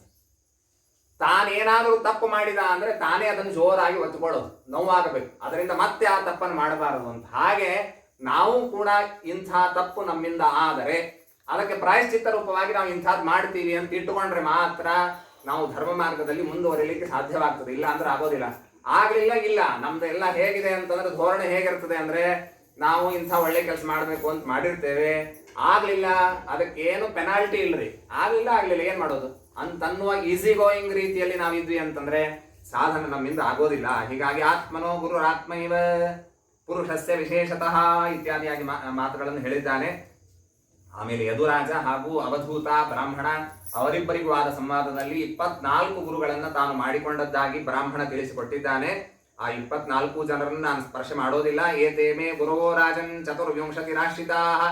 ಹೀಗೆ ಭೂಮಿ ಮೊದಲಾದಂತಹ 24 ಗುರುಗಳನ್ನ ನಾನು ಮಾಡಿಕೊಂಡಿದ್ದೇನೆ ಅಂತ ಹೇಳ್ತಾನೆ. ಆನೆಯ 4 ಮಾತ್ರ ಹೇಳಿ ಮುಂದೆ ನಾನು ಹೋಗ್ತೇನೆ. ಆನೆಯನ್ನು ನೋಡಿ ನಾನು ಕಲಿತದ್ದೇನು ಅಂದ್ರೆ, ಸುತ್ತಮುತ್ತಲು ಯಾವ ಜನರು ತಪ್ಪು ಮಾಡ್ತಾರೆ ಅದರಿಂದಲೂ ಕಲೀಲಿಕ್ಕೆ ಸಾಧ್ಯ ಇದೆ, ಯಾರು ಸರಿ ಮಾಡ್ತಾರೆ ಅದನ್ನು ನೋಡಿ ನಾನು ಹೀಗೆ ಮಾಡಬೇಕು ಅಂತ ಕಲೀಲಿಕ್ಕೆ ಸಾಧ್ಯ ಇದೆ. ಈ ಅವಧೂತ ಹಾಗೆ ಮಾಡಿಕೊಂಡಿದ್ದಾನೆ. ಆನೆಯನ್ನು ಹಿಡಿಯುವಾಗ ಏನ್ ಮಾಡ್ತಾರೆ ಅಂತಂದ್ರೆ, ಹೆಣ್ಣು ಆನೆಯನ್ನು ಒಂದು ಕಡೆ ಕಟ್ ಹಾಕಿರ್ತಾರಂತ. ಆ ಹೆಣ್ಣು ಆನೆಯ ಸಲುವಾಗಿ ಗಂಡು ಆನೆ ಬರ್ತದೆ, ಇದನ್ನು ಹಿಡಿದು ಬಿಡುತ್ತಾರೆ. ಹಾಗೆ ಹೆಣ್ಣಿನಲ್ಲಿ ಹೆಚ್ಚು ಆಸಕ್ತಿಯನ್ನು ಹೊಂದಿ ಮನೆಯಲ್ಲೇ ಇರಬಾರದು ಅಂತ ಅನ್ನೋದನ್ನು ನಾನು ಆನೆಯನ್ನು ನೋಡಿ ನಾನು ಕಲಿತಿದ್ದೇನೆ. ಆಮೇಲೆ ಮನೆಯಲ್ಲಿ ಆಸಕ್ತಿ ಹೆಚ್ಚಿರಬಾರದು ಅಂತ ಅನ್ನೋದಕ್ಕಾಗಿ ಒಂದು ಪಾರಿವಾಳದ ಕಥೆಯನ್ನು ಹೇಳಿದ್ದಾರೆ. ಹೆಣ್ಣು ಗಂಡು ಸಂಸಾರ ಮಾಡ್ತಾ ಇತ್ತು, ಮಕ್ಕಳು ಹುಟ್ಟಿತು, ಆ ಸುಖವಾಗಿ ಇತ್ತು. ಮಕ್ಕಳಿಗೆ ಆಹಾರ ತರಲಿಕ್ಕೆ ತಂದೆ ತಾಯಿ ಇಬ್ಬರು ಹೊರಗೆ ಹೋದಾಗ ಒಬ್ಬ ಬೇಡರವ ಬಂದು ಜಾಲ ಹಾಕಿ ಅಲ್ಲಿ ಏನೋ ಧಾನ್ಯಗಳನ್ನು ಹಾಕಿಬಿಟ್ಟ. ಸಣ್ಣ ಮರಿಗಳಿಗೆ ಗೊತ್ತಾಗ್ಲಿಲ್ಲ, ಅದರಲ್ಲಿ ಬಂದು ಸಿಕ್ಕಾಕೊಳ್ಳುತ್ತದೆ. ಆಮೇಲೆ ಈ ತಂದೆ ತಾಯಿ ಪಕ್ಷಿಗಳು ಬಂತು, ತಾಯಿ ನೋಡಿತು ನನ್ನ ಮಕ್ಕಳಲ್ಲಿದ್ದಾರೆ, ನಾನು ತಡ್ಕೊಳ್ಳಿಕ್ಕೆ ಆಗೋದಿಲ್ಲ ಅಂತ ಒಂದೇ ಕ್ಷಣದಲ್ಲಿ ಅಲ್ಲೇ ಹೋಗಿಬಿಡುತ್ತೆ. ಅವ್ರ ಜೊತೆಗೆ ನಾನು ಸಾಯ್ತೀನಿ ಅಂತ ಅನ್ನೋ ರೀತಿಯಲ್ಲಿ ಬಲೆಯಲ್ಲಿ ಸಿಕ್ಕಿ ಹಾಕಿಕೊಂಡು. ಗಂಡು ಅದೇ ಗಿಡದ ಮೇಲೆ ಕೂತಿತ್ತಂತೆ ಅಳ್ತಾ ಅಳ್ತಾ. ಹೋಗ್ಲಿಕ್ಕೂ ಆಗ್ತಾ ಇಲ್ಲ, ಬಿಡ್ಲಿಕ್ಕೂ ಆಗ್ತಾ ಇಲ್ಲ. ಹೆಂಡತಿ ಮಕ್ಕಳು ಒದ್ದಾಡ್ತಾ ಇದ್ದಾರೆ. ಹಾಗೆ ಅಳ್ತಾ ಇರುವಾಗ ಬೇಡರವ ಇನ್ನೊಂದು ಬಾಣ ಅದಕ್ಕೆ ಹೊಡಿತಾನೆ, ಈ ಅಷ್ಟೂ ಪಕ್ಷಿಗಳನ್ನ ಹಿಡಿದುಕೊಂಡು ಒಯ್ತಾನೆ. ಹೀಗೆ ಸಂಸಾರದಲ್ಲಿ ಬಹಳ ಆಸಕ್ತನಾಗಿದ್ರೆ ತಾನು ಸತ್ತು ಹೋಗುವಂತಹ ಪ್ರಸಂಗ ಇದೆ ಎಂಬುದಾಗಿ ಅದನ್ನು ತಿಳಿಸಿಕೊಡ್ತಾರೆ. ಕುಮಾರಿಯ ಒಂದು ಕಥೆಯನ್ನು ತಿಳಿಸಿಕೊಡ್ತಾರೆ. ಒಬ್ಬ ಹೆಣ್ಣು ಇನ್ನೂ ಸಣ್ಣ ಬಾಲಕಿ, ದೊಡ್ಡವಳು ಆಗಿಲ್ಲ. ಆ ರೀತಿಯಾಗಿರುವಾಗ ಅವಳನ್ನು ನೋಡ್ಲಿಕ್ಕೆ ಗಂಡಿನ ಕಡೆಯವರು ಬಂದಿದ್ದರಂತೆ. ಮನೆಯಲ್ಲಿ ಯಾರು ಇರಲಿಲ್ಲ. ಆಗ ಬಂದವರಿಗೆ ಉಪಚಾರ ಮಾಡಬೇಕು ಅಂತ ಅವರಿಗೆ ಮುಂದಿನ ಮನೆಯಲ್ಲಿ ಕೂಡಿಸಿ ಒಳಗೆ ಹೋಗಿ ನೋಡಿದ್ಲಂತೆ. ತಿನ್ಲಿಕ್ಕೆ ಏನಾದರೂ ಇದೆಯಾ ಅಂದ್ರೆ ಏನೂ ಇರಲಿಲ್ಲ. ಭತ್ತ ನೆನೆ ಹಾಕಿದ್ರಂತೆ. ಅದನ್ನು ಅವಳೇ ಕುಟ್ಟಿ ಅವಲಕ್ಕಿ ಆದ್ರೂ ಕೊಡೋಣ ಅಂತ ಕುಟ್ಲಿಕ್ಕೆ ಹೋದ್ರೆ ಆಗ ಬಳೆ ಹಾಕಿಕೊಂಡಿದ್ದು ಅನ್ನೋದಕ್ಕಾಗಿ ಬಹಳ ಶಬ್ದ ಆಯಿತು. ಹೊರಗೆ ನಮ್ಮ ಮಾನ ಏನಾಗ್ತದೆ, ಈಗ ಬಂದಿದ್ದಕ್ಕೆ ಅವಲಕ್ಕಿ ಕೊಡ್ತಾ ಇದ್ದಾರೆ ಅಂತ ಗೊತ್ತಾಗಬಾರದು ಅಂತ ಬಳೆಗಳನ್ನು ತೆಗಿತಾ ಹೋಗ್ತಾಳೆ. ಎರಡೇ ಬಳೆ ಇಟ್ಟು ಕುಟ್ಟಿದ್ದು, ಆಗಲೂ ಸ್ವಲ್ಪ ಶಬ್ದ ಆಯಿತು. ಅದನ್ನು ತೆಗೆದು ಒಂದೊಂದು ಬಳೆ ಇಟ್ಟುಕೊಂಡು ಕುಟ್ಟಿದ್ದು, ಆಗ ಶಬ್ದ ಆಗಲಿಲ್ಲ. ಅದನ್ನು ನೋಡಿ ನಾನು ತಿಳಿದದ್ದೇನು ಅಂದ್ರೆ ವಾಸೇ ಬಹೂನಾಂ ಕಲಹ ಭವೇದ್ವಾರ್ಥ ದ್ವಯೋರಪಿ. ಬಹಳ ಜನ ಸೇರಿದ್ರು ಅಂತಂದ್ರೆ ಜಗಳ ಆಗ್ತದೆ, ಇಬ್ಬರೇ ಇದ್ರು ಅಂದ್ರೆ ಜಗಳ ಆಗದೆ ಇದ್ರು ಹರಟಿ ಅಂತೂ ಆಗೇ ಆಗ್ತದೆ. ಹೀಗಾಗಿ ಏಕಾಕಿ ಚರೆ, ಹೀಗಾಗಿ ಸಾಧನ ಮಾಡಿಕೊಳ್ಬೇಕು ಅಂತ ಇಚ್ಛೆ ಇರುವ ವ್ಯಕ್ತಿ ತಾನು ಏಕಾಗಿಯಾಗಿ ಇರಬೇಕು ಅಂತ ಅದನ್ನು ನೋಡಿ ನಾನು ತಿಳಿದಿದ್ದೇನೆ ಅಂತ ಹೀಗೆಲ್ಲ ಇನ್ನೂ ಅನೇಕ ಮಾತುಗಳನ್ನ ಹೇಳಿದ್ದಾನೆ. ಮಧುಕರ ಏನಿದೆ ದುಂಬಿ, ಅದನ್ನು ನೋಡಿ ನಾನು ಕಲ್ತದ್ದೇನು ಅಂತಂದ್ರೆ ಸ್ತೋಕಂ ಸ್ತೋಕಂ ಕರಸೇದ್ಗ್ರಾಸಂ, ಒಬ್ಬರ ಕಡೆನೆ ಬಹಳ ತೆಗೆದುಕೊಳ್ಳಬಾರದು. ಮಧುಕರ ವೃತ್ತಿ ಅಂತಂತಾರೆ ನೋಡ್ರಿ. ಭಿಕ್ಷೆ ಬೇಡುವಾಗ ಮಧುಕರ ವೃತ್ತಿ ಅಂದ್ರೆ ಒಂದೇ ಮನೆಯಲ್ಲಿ ಎಲ್ಲಾ ಭಿಕ್ಷಾ ತಗೊಳ್ಳೋದಿಲ್ರಿ ಅವರು. ಒಂದ್ 4 ತುತ್ತು ಒಬ್ಬರ ಮನೆಯಲ್ಲಿ, ಇನ್ನೊಬ್ಬರ ಮನೆಯಲ್ಲಿ ಇನ್ನೊಂದ್ 4 ತುತ್ತು, ಅಂದ್ರೆ ಅವ್ರ ಮನೆಗೆ ಕಡಿಮೆ ಆಗಿರಬಾರ್ದು, ಆದ್ರೆ ಇವನಿಗೂ ಸಿಕ್ಕಿರ್ಬೇಕು. ಆ ರೀತಿಯಾಗಿರುವಂತಹದ್ದು ಮಧುಕರ. ಆ ರಸವನ್ನ ಹೀರಿ ಹೂವೆ ಬಾಡ್ ಹೋಯ್ತು ಅಂತ ಹೀಗಾಗೋದಿಲ್ಲ. ಹೂವಿಗೆ ಏನೂ ತೊಂದರೆ ಆಗಿರಬಾರ್ದು, ರಸ ಮಾತ್ರ ಸಿಕ್ಕಿರ್ಬೇಕು. ಆ ರೀತಿಯಾಗಿ ಹೇಗೆ ದುಂಬಿ ಇರ್ತದೋ ಹಾಗೆ ನಾನು ನೋಡಿ ಕಲ್ತಿದ್ದೇನೆ ಅಂತ ಹೇಳಿದ್ದಾರೆ. ಇನ್ನೊಬ್ಬ ಇಶುಕಾರ, ಬಾಣ ಮಾಡುವ ವ್ಯಕ್ತಿ. ಆ ಬಾಣ ಮಾಡುವ ವ್ಯಕ್ತಿ ಬಾಣಗಳನ್ನು ಹೇಗೆ ಮಾಡ್ತಿದ್ದ ಅಂತಂದ್ರೆ, ಒಂದು ಮನೆ ಹೊರಗೆ ಕುಳಿತುಕೊಂಡು ಒಂದು ಕಲ್ಲಿಗೆ ತಿಕ್ಕಿ ತಿಕ್ಕಿ ಅದನ್ನ ತೀಕ್ಷ್ಣವಾಗಿ ಮಾಡ್ತಾ ಇದ್ದ. ಹೋಗಿ ಬಡದ್ರೆ ಸಾಯ್ಬೇಕಲ್ಲ, ಎದುರಾಳಿ ಸಾಯ್ಬೇಕಲ್ಲ, ಅದಕ್ಕೆ ಮಾಡ್ತಾ ಇದ್ದಾನೆ. ಮಾಡುವಾಗ ಬಹಳ ಜಾಗರೂಕವಾಗಿ ಮಾಡ್ತಾ ಇದ್ದಾನೆ. ಆ ಕಡೆ ಈ ಕಡೆ ನೋಡ್ತಾ ಮಾಡಿದ್ರೆ ಕೈಗೆ ಹತ್ತು ಅಂದ್ರೆ ಇವಂದೇ ಕೈ ಕತ್ತರಿಸಿ ಹೋಗ್ತದೆ. ಹೀಗಾಗಿ ಅದನ್ನೇ ನೋಡ್ತಾ ಮಾಡ್ತಾ ಇದ್ದಾನೆ. ಒಬ್ಬ ರಾಜ ಅವನ ಮುಂದೆ ಹೋಗಿದ್ದಾನಂತ, ಆದ್ರೂ ಅವನಿಗೆ ಗೊತ್ತಾಗ್ಲಿಲ್ಲ. ರಾಜ ಅಂದ್ರೆ ನಿಮಗಿರೋದಿಲ್ರಿ, ನಿಮ್ಗೆ ಗೊತ್ತೇ ಇದೆ. ಅದರ ಹಿಂದೆ ಮುಂದೆ ಒಂದು 10-20 ಕಾರು, ಅದರ ಭಜಂತ್ರಿಯೋ ಏನೇನ್ ಇರ್ತಿತ್ತು. ಅಷ್ಟೆಲ್ಲ ಆದ್ರೂ ರಾಜ ಬಂದು ಹೋಗಿದ್ದಾನೆ ಅಂತ ಗೊತ್ತಾಗ್ಲಿಲ್ಲ ಅಂತ ಅವನಿಗೆ. ಅವನನ್ನು ನೋಡಿ ಏಕಾಗ್ರ ಚಿತ್ತನಾಗಿ ಹೇಗಿರಬೇಕು ಅನ್ನೋದನ್ನ ಅವನನ್ನು ನೋಡಿ ನಾನು ಕಲ್ತಿದ್ದೇನೆ ಇತ್ಯಾದಿಯಾಗಿ ಮಾತುಗಳನ್ನು ಹೇಳಿದ್ದಾನೆ. ಆ ಎಲ್ಲ ಮಾತುಗಳನ್ನು ಕೃಷ್ಣ ಪರಮಾತ್ಮ ಉದ್ಧವನಿಗೆ ತಿಳಿಸಿಕೊಟ್ಟಿದ್ದಾನೆ. ಆಮೇಲೆ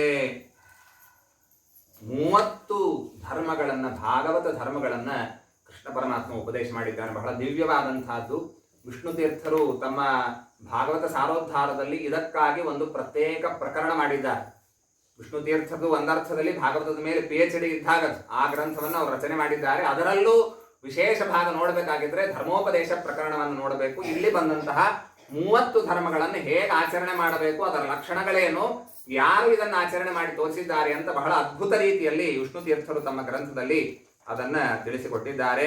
ಆಮೇಲೆ ನನ್ನಲ್ಲಿ ಭಕ್ತಿಯನ್ನು ಮಾಡುವವರ ಕೈಯನ್ನು ನಾನು ಬಿಡೋದಿಲ್ಲ, ಅವರ ಜ್ಞಾನ ಸ್ವಲ್ಪ ಹೆಚ್ಚಿರಬಹುದು ಕಡಿಮೆ ಇರಬಹುದು ಅನ್ನೋದನ್ನ ಮಾತುಗಳನ್ನೆಲ್ಲ ಹೇಳ್ತಾ, ಗೋಪಿಕಾ ಸ್ತ್ರೀಯರು ಅವರು ತೇನಾಧೀತ ಶ್ರುತಿಗಣ, ಅವರೇನು ವೇದಾಧ್ಯಯನ ಮಾಡಿದವರಲ್ಲ.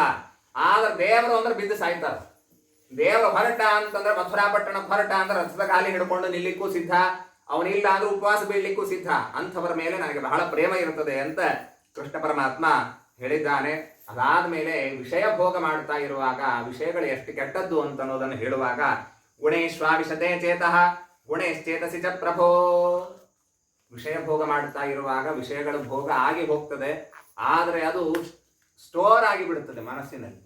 ಆಗ ಮನಸ್ಸೇನು ಮಾಡುತ್ತದೆ ಅಂದ್ರೆ ವ್ಯಕ್ತಿಗೆ ಹೇಳ್ತದೆ, ನೋಡು ಅವತ್ತಂಥದ್ದು ತಿಂದಿದ್ಯೋ ಇಲ್ವೋ, ಇವತ್ತೇನು ತಿಂತಾ ಇದ್ದಿ ನೋಡು, ಮತ್ತೆ ಅಂಥದ್ದೇ ತಗೊಳ್ಬಾ ಅಂತ. ಹೀಗಾಗಿ ಮತ್ತೆ ಪ್ರೇರಣೆಯಾಗಿ ಸರಿಯಾದ ಮಾರ್ಗ ಹೋದ್ರೆ ಆ ಮಾರ್ಗದಲ್ಲಿ, ಇಲ್ಲದೆ ಹೋದ್ರೆ ಕಳತನ ಮಾಡಿಯೋ ಅಥವಾ ಇನ್ನೊಂದೇನೋ ಅಧರ್ಮ ಮಾಡಿಯೋ ಆ ವಿಷಯಗಳನ್ನು ಪಡಿಲಿಕ್ಕೆ ಮನುಷ್ಯ ಪ್ರಯತ್ನ ಮಾಡ್ತಾನೆ ಅಂತ ಹೇಳಿ ಅಧರ್ಮದಲ್ಲಿ ಹೋಗುವಂತಹ ಪ್ರಸಂಗ ಬರ್ತದೆ. ಹೀಗಾಗಿ ವಿಷಯಗಳ ಸಂಘವನ್ನು ಬಿಡಬೇಕು ಎಂಬುದಾಗಿ ಹೇಳಿದ್ದಾರೆ. ಅದಾದ ಮೇಲೆ ಶ್ರೇಯಸ್ ಯಾವುದು ಅಂತ ಈ ಎಲ್ಲ ಮಾತುಗಳು ಬಂದಾಗ ವಿಶೇಷವಾಗಿ ಭಗವದ್ಭಕ್ತಿ ಅಂತ ಅನ್ನೋದೇ ಶ್ರೇಯಸ್ಕರವಾದದ್ದು ಅಂತ ಕೃಷ್ಣ ಪರಮಾತ್ಮ ತಿಳಿಸಿಕೊಟ್ಟಿದ್ದಾನೆ. ಅದಾದ ಮೇಲೆ ಅಣಿಮಾದಿ ಸಿದ್ಧಿಗಳು, ಇಲ್ಲೆಲ್ಲ ಅದ್ಭುತವಾಗಿ ಶ್ರೀಮದಾಚಾರ್ಯ ಭಾಗವತ ತಾತ್ಪರ್ಯ ಇದೆ. ಇಲ್ಲಿ ಹೇಳುವಾಗ ಕೃಷ್ಣ ಪರಮಾತ್ಮ ಹೇಳಿದ್ದಾನೆ, ಉಳಿದವರ ಪಾಲಿಗೆ 18 ಸಿದ್ಧಿಗಳು, ದೇವತೆಗಳಿಗೆ ಮಾತ್ರ 8 ಸಿದ್ಧಿಗಳಿದೆ ಅಂತ. ಭಾಗವತವನ್ನಷ್ಟೇ ನೋಡ್ತಾ ಹೋಗಿಬಿಟ್ರೆ ಹಾಗಾದ್ರೆ ದೇವತೆಗಳಿಗೆ ಇರುವ ಸಿದ್ಧಿಗಳು ಕಡಿಮೆ, ಉಳಿದವರಿಗೆ ಋಷ್ಯಾದಿಗಳಿಗಿರುವಂತಹ ಸಿದ್ಧಿಗಳು ಹೆಚ್ಚು ಅಂತ ಅನಿಸ್ತದೆ. ಆಚಾರ್ಯರು ಅತ್ಯದ್ಭುತವಾದಂತಹ ವ್ಯವಸ್ಥೆಯನ್ನು ಮಾಡಿಕೊಟ್ಟಿದ್ದಾರೆ. ಏನು ದೇವತೆಗಳ 8 ಸಿದ್ಧಿ ಇದೆ, ಅಣಿಮಾ ಮಹಿಮಾ ಇತ್ಯಾದಿ ರೂಪವಾದಂತಹ ಸಿದ್ಧಿ, ಇದರಲ್ಲೇನೆ ಪರಕಾಯ ಪ್ರವೇಶಾದಿಗಳು ಬರುವಂತಹದ್ದು ಇದರಲ್ಲೇ ಬರ್ತದೆ. ಅದರ ವರ್ಣನೆಯನ್ನೆಲ್ಲ ಯಾದವಾರರು, ಸತ್ಯಧರ್ಮ ತೀರ್ಥರು, ಶ್ರೀನಿವಾಸ ತೀರ್ಥರು ಬಹಳ ವಿಶೇಷವಾಗಿ ಅದನ್ನು ಮಾಡಿ ತೋರಿಸಿದ್ದಾರೆ. 8 ಸಿದ್ಧಿಗಳಲ್ಲಿ 18 ಸಿದ್ಧಿಗಳ ಅಂತರ್ಭಾವ ಹೇಗೆ ಅಂತನ್ನೋದನ್ನ ತಾತ್ಪರ್ಯದಲ್ಲಿ ವಿಶೇಷವಾಗಿ ಆಚಾರ್ಯರು ತಿಳಿಸಿಕೊಟ್ಟಿದ್ದಾರೆ. ಏಷು ಏಷು ಚ ಭಾವೇಶು ಯಥಾತ್ವಂ ಪರಮರ್ಷಯ ಉಪಾಸೀನ ಪ್ರಪದ್ಯಂತೆ ಸಂಸಿದ್ಧಿಂ ತನ್ ವದಸ್ವಮೇ. ಸಿದ್ಧಿಯನ್ನ ಜ್ಞಾನಿಗಳು ಹೇಗೆ ಪಡೀತಾರೆ ಅದನ್ನೆಲ್ಲ ನನಗೆ ತಿಳಿಸಿಕೊಡಬೇಕು ಅಂತ ಹೇಳಿದ್ದಕ್ಕೆ ಪರಮಾತ್ಮ ತನ್ನ ವಿಭೂತಿ ರೂಪಗಳನ್ನ, ನಾನಾ ಪ್ರಕಾರವಾದಂತಹ ವಿಭೂತಿ ರೂಪಗಳು, ಗೀತಾ ಭಾಷ್ಯ ಗೀತಾ ತಾತ್ಪರ್ಯದಲ್ಲೂ ಬರ್ತದೆ, ಇಲ್ಲೂ ಭಾಗವತ ತಾತ್ಪರ್ಯದಲ್ಲೂ ಭಗವಂತನ ವಿಭೂತಿ ರೂಪವನ್ನು ತಿಳಿಸಿಕೊಟ್ಟಿದ್ದಾರೆ. ವಿಭೂತಿ ರೂಪ ನಾನಾ ಬಗೆಯ ವಿಭೂತಿ ರೂಪಗಳಿದೆ. ವಿಭೂತಿ ರೂಪ ಸಾಮಾನ್ಯವಾಗಿ ಏನ್ ಮಾಡ್ತದೆ ಅಂತಂದ್ರೆ ಸ್ವಸಜಾತಿಯರಲ್ಲಿ ಶ್ರೇಷ್ಠನಾಗುವಂತೆ ಮಾಡುತ್ತದೆ.